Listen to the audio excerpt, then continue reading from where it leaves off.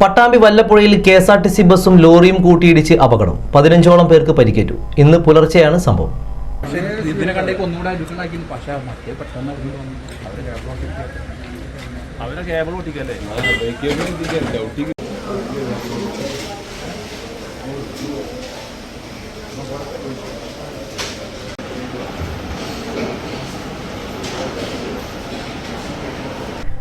വല്ലപ്പുഴ കുറുവട്ടൂരിലാണ് അപകടമുണ്ടായത്. വാണിയംകുളത്ത് നിന്നും വല്ലപ്പുഴ ഭാഗത്തേക്ക് പോകുന്ന കെ.എസ്.ആർ.ടി.സി ബസ്സും എതിരെ വളവിൽ മറ്റൊരു വാഹനത്തെ മറികടന്നു വന്ന ലോറിയും തമ്മിൽ കൂട്ടിയിടിക്കുകയായിരുന്നു.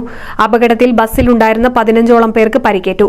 ഇവരെ വാണിയംകുളത്തെയും പട്ടാമ്പിയിലെയും സ്വകാര്യ ആശുപത്രികളിൽ പ്രവേശിപ്പിച്ചു. ആരുടെയും പരിക്ക് ഗുരുതരമല്ല. കുളപ്പുള്ളി പട്ടാമ്പി പാതയിലെ വാടാനംകുറിശി റെയിൽവേ ഗേറ്റ് അറ്റകുറ്റപ്പണികളുടെ ഭാഗമായി രാത്രി അടച്ചതിനാൽ വാഹനങ്ങൾ വാണിയംകുളം വല്ലപ്പുഴ വഴി തിരിച്ചുവിട്ടിരുന്നു.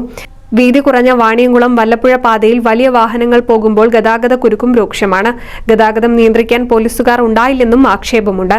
അപകടത്തെ തുടർന്ന് മണിക്കൂറുകളോളം ഗതാഗതം സ്തംഭിച്ചു. NCV news Thrithala.